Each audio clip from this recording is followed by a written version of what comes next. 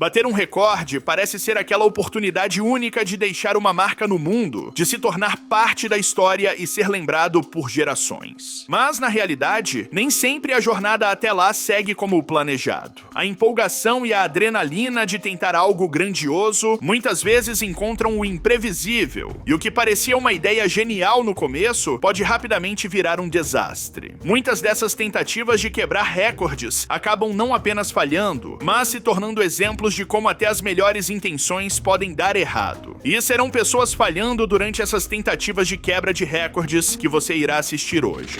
Eu sou o Pocky e o vídeo de hoje é Tentativas de quebra de recordes que deram erradas.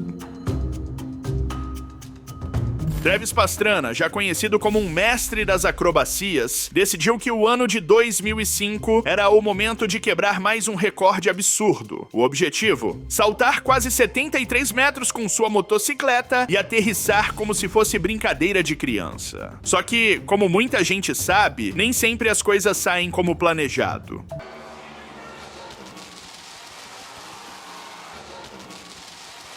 Travis Pastrana subiu na motocicleta com aquela confiança típica de quem já estava acostumado a desafiar a gravidade quase todos os dias. Quando ele acelerou e se lançou pela rampa, parecia que tinha tudo sob controle. Voou alto, foi longe e por um instante parecia que daria tudo certo. Só que na aterrissagem, o impacto com o chão foi tão forte que a motocicleta simplesmente não aguentou o tranco. Ela praticamente desmontou no impacto e Travis foi arremessado à distância. Ele girou no ar e rolou várias vezes pelo chão, parecendo uma boneca de pano jogada sem cerimônia, até parar em meio a uma nuvem de poeira. Quando a poeira baixou, ficou claro que o estrago tinha sido grande. Travis acabou com diversos ossos quebrados, lesões espalhadas pelo corpo inteiro e precisando de cuidados médicos imediatos. O salto não saiu como planejado e, mesmo com o acidente, essa tentativa ficou marcada como uma das mais ousadas e insanas do mundo das acrobacias. Travis sobreviveu, afinal ele parece ser feito de borracha. E,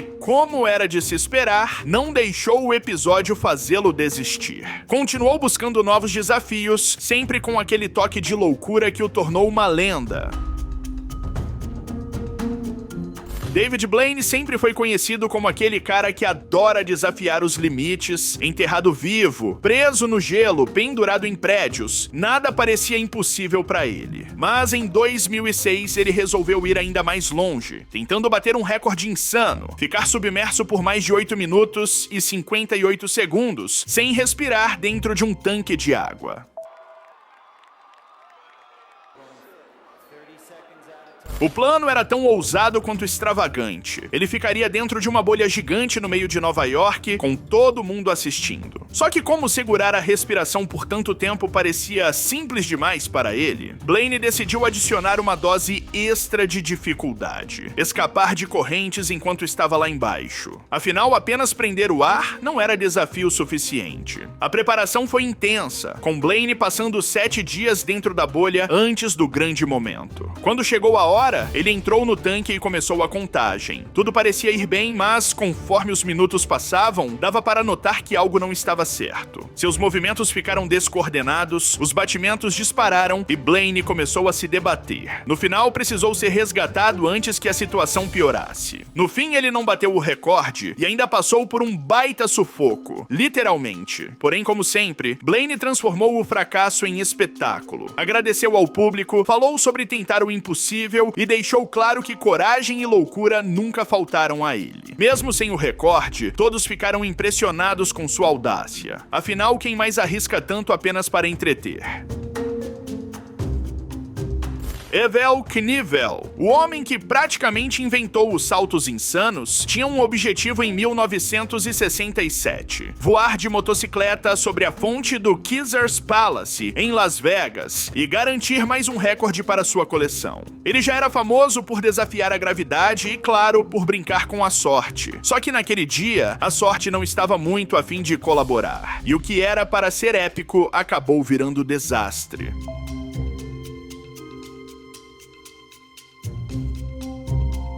O plano parecia simples na teoria. Acelerar até cerca de 150 km por hora, pegar impulso na rampa e atravessar 43 metros da fonte com estilo. Evil começou bem, subiu com tudo, mas a aterrissagem foi o problema. A motocicleta não encaixou no ângulo certo, e ele foi catapultado pra frente como um boneco sendo jogado. A queda foi violenta. Evel bateu no chão com força, rolou descontroladamente e saiu com fraturas por todo o corpo. Pelvis, costelas, quadris, a lista era quase infinita. Para piorar, ele ainda ficou em coma por quase um mês. Quem assistia ficou paralisado, sem acreditar que ele pudesse sair vivo dali. Surpreendentemente, ele sobreviveu e depois de meses de recuperação, voltou às acrobacias como se nada tivesse acontecido. O salto pode não ter quebrado recordes, mas quebrou muitos ossos e garantiu uma história marcante.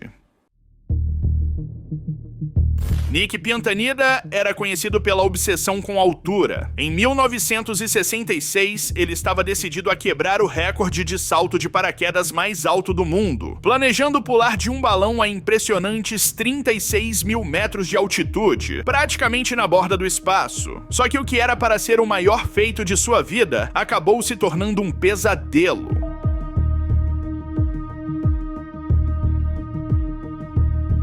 A ideia parecia simples no papel. Subir até a estratosfera em um balão gigante, usar um traje especial para lidar com as condições extremas e então saltar, entrando para a história. Nick já havia tentado 2 vezes antes, mas esbarrava em problemas técnicos. Na terceira tentativa, estava confiante de que tudo daria certo. Mas não deu. Durante a subida, algo saiu terrivelmente errado com o traje pressurizado. Nick começou a perder oxigênio rapidamente, e a equipe em terra percebeu a gravidade da situação. Eles conseguiram trazer o balão de volta ao chão, mas Nick já estava inconsciente. Levado às pressas para o hospital, entrou em coma e nunca mais acordou, falecendo 4 meses depois.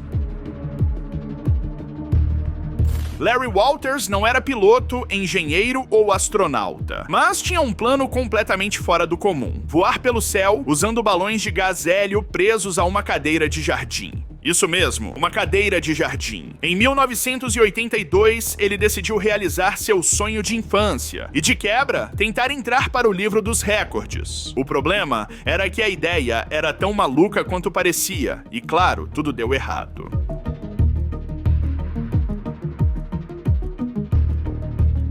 O plano de Larry era simples. Ele comprou 45 balões gigantes, encheu todos com gás hélio e prendeu-os na cadeira. Levou um sanduíche, algumas cervejas e um rifle de ar comprimido, já que pretendia atirar nos balões para descer aos poucos. Mas assim que cortou as amarras, a cadeira não subiu devagar como ele esperava. Ela disparou para o céu em alta velocidade, levando Larry a mais de 4.800 metros de altura. Lá em cima, o frio e o pânico tomaram conta. Para piorar, ele acabou entrando no espaço aéreo de um aeroporto, quase causando acidentes com aviões. Quando finalmente teve coragem de atirar nos balões para descer, o processo foi tão desajeitado que ele aterrissou em fios de energia elétrica, causando apagão em parte da região. Larry sobreviveu, mas virou manchete no mundo todo, e não exatamente de forma positiva. A polícia o multou por colocar vidas em risco, e ele ganhou o apelido de o louco da cadeira voadora. Mesmo assim, conseguiu o que queria: entrar para a história,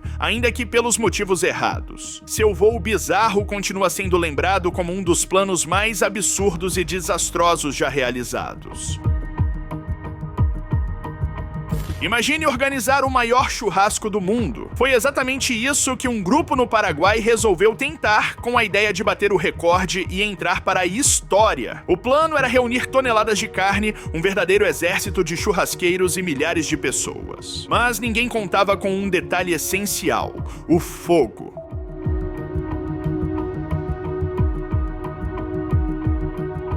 Tudo começou bem. A carne estava pronta, as grelhas gigantes montadas e o aroma de churrasco se espalhava pelo ar. O evento tinha tudo para ser um sucesso, mas aí surgiu o problema: controlar tanto carvão e braseiro não era tão simples. Em determinado momento, o fogo saiu de controle e se transformou em um incêndio de verdade. A confusão foi geral. Organizadores e voluntários tentaram apagar as chamas com o que tinham à mão, mas o estrago já estava feito. Parte dos equipamentos foi destruída seguida, a fumaça tomou conta do lugar e muita gente precisou correr para se proteger. No fim, ninguém ficou ferido, mas o sonho de quebrar o recorde foi literalmente por água abaixo. O que era para ser o maior churrasco do mundo acabou virando um quase lá. A tentativa ficou mais marcada pelo caos do que pela carne, e o recorde não foi conquistado. Em 2016, um grupo na Noruega teve a ideia insana de tentar quebrar o recorde da maior fogueira do mundo. O plano era construir uma torre gigante de madeira, acender o fogo e criar um espetáculo histórico. Tudo fazia parte das comemorações do verão, uma tradição local. Mas, como já é possível imaginar, as coisas não saíram como o esperado.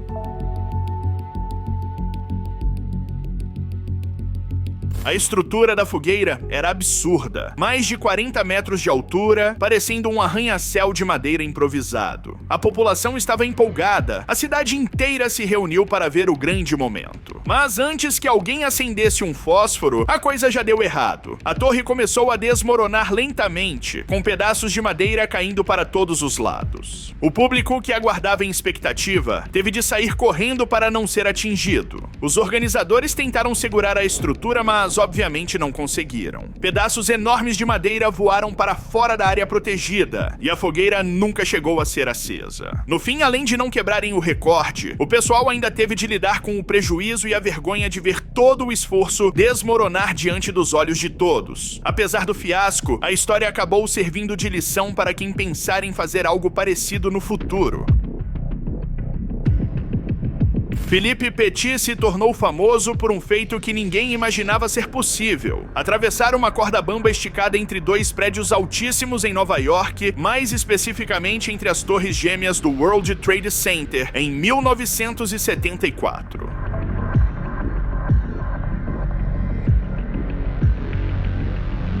A ideia parecia loucura, mas para ele não passava de mais um desafio a ser superado. E de fato, foi bem sucedido, conseguindo fazer a travessia a cerca de 400 metros de altura, com precisão impressionante. Contudo, o sucesso de Petit não significou que qualquer um pudesse tentar o mesmo feito, sem o mínimo de preparação. Tentativas de imitar sua façanha, sem treinamento adequado ou levando em conta as condições climáticas, resultaram em quedas e resgates arriscados. Muitos que tentaram repetir a proeza acabaram arriscando muito mais do que um recorde. Enquanto Petit se preparou por anos, treinou em outras locações e sabia exatamente como lidar com o medo e as adversidades, aqueles que o imitaram sem a devida cautela pagaram um preço alto. Diana Armstrong, que vive em Minnesota, nos Estados Unidos, tomou uma decisão bem diferente há 25 anos. Ela parou de cortar as unhas. O resultado é impressionante. A maior unha mede aproximadamente 1,38 m, enquanto a menor tem cerca de 1,09 m. Atualmente, Diana precisa de ajuda para pintar as unhas, e cada uma leva de 4 a 5 horas para ficar pronta.